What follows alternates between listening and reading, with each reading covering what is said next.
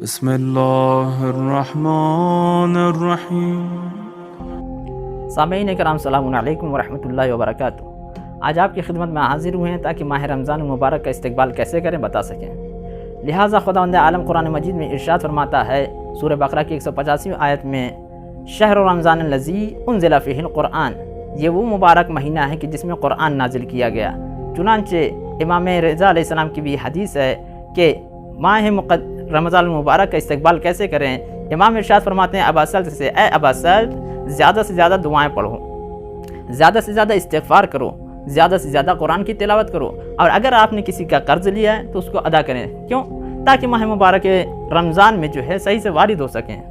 لہٰذا ہمیں چاہیے کہ زیادہ سے زیادہ توبہ کریں۔ کیوں؟ اس لیے کہ گناہوں سے پاک ہو جائیں، کیونکہ یہ مقدس مہینہ ہے جس میں خداوند عالم نے قرآن کو نازل کیا ہے، اور اس کی راتیں تمام دوسرے مہینوں کی راتوں سے افضل ہیں، اس کے دن تمام دوسرے مہینوں کے دنوں سے افضل ہیں۔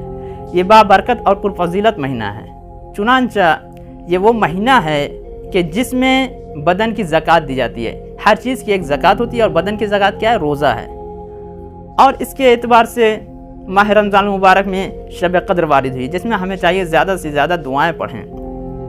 یہ وہ مہینہ ہے جو قرآن کے لیے کیا ہے؟ بہار ہے۔ تمام چیزوں کی ایک بہار ہوتی ہے، اور ماہ رمضان کیا ہے؟ قرآن کے لیے بہار ہے۔ لہٰذا ہمیں چاہیے زیادہ سے زیادہ تلاوت کریں۔ لہٰذا آپ حضرات سے گزارش ہے کہ جتنا ہو سکے زیادہ سے زیادہ ماہ مبارک میں داخل ہونے کے لیے، قبل از ماہ مبارک میں داخل ہوں، زیادہ سے زیادہ دعائیں پڑھیں، اپنے آپ کو گناہوں سے جو آلودہ ہو چکے ہیں اس سے پاک کریں، اور سب سے زیادہ ضروری اور مہم کام جو ہے وہ زیادہ سے زیادہ تلاوت کریں۔